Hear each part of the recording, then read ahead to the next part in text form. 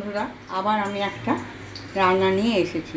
দেখুন, আমার ছেলে আজকে কাতলা মাছের ঝাল খাবে বলেছে বলে একটা বড় কাতলা মাছ এনেছে, আর এই যে চিংড়ি মাছ এনেছে। এই দেখুন বড় কাতলা মাছটা আমি আগে থেকে ধুয়ে নুন হলুদ মাখিয়ে রেখেছি। এবার আমি চিংড়ি মাছটা ভাজবো।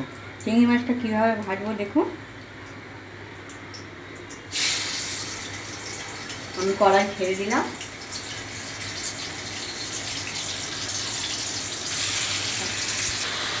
এই দেখুন, চিংড়ি মাছটা আমি এমনি হালকা করে ভাজলাম।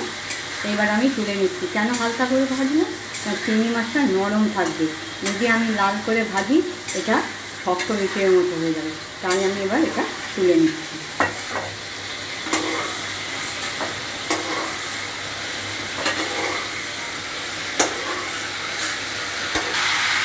এবার আগে থেকে নুন হলুদ মাখানো কাতলা মাছের পিসগুলো আমি তেলে ছেড়ে দিচ্ছি।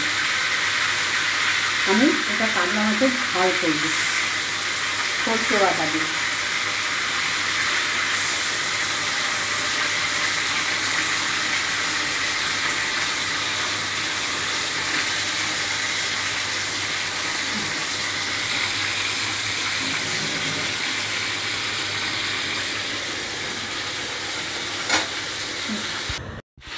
মাছগুলো আমার ভাজা হয়ে গেছে। এবার দেখুন, আমি মাছগুলো কড়া থেকে তুলে নিচ্ছি।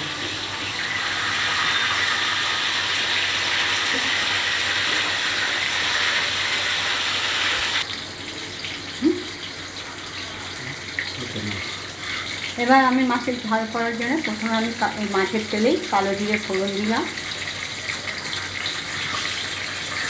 কাঁচা লঙ্কা ফোড়ন দিলাম,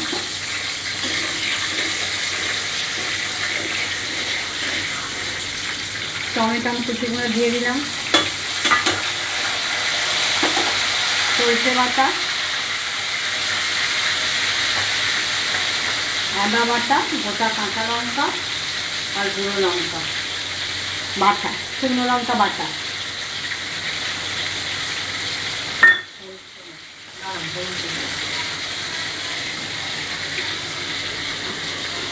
এবার আমি একটু হলুদ দিলাম,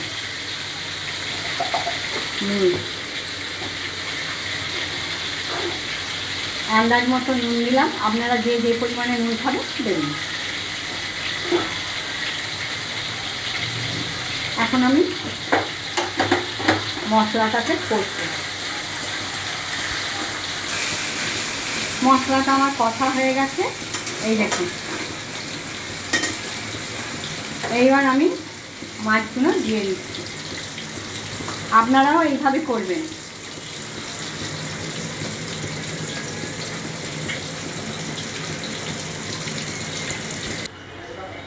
কাতলা মাছের ঝালটা আমার হয়ে গেছে, আমি নামিয়ে ফেললাম।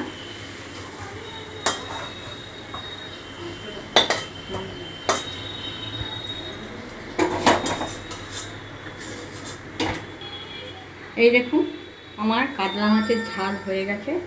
আপনাদের কেমন লাগবে বলবেন। প্লিজ সাবস্ক্রাইবার করে দেবেন, লাইকও করে দেবেন।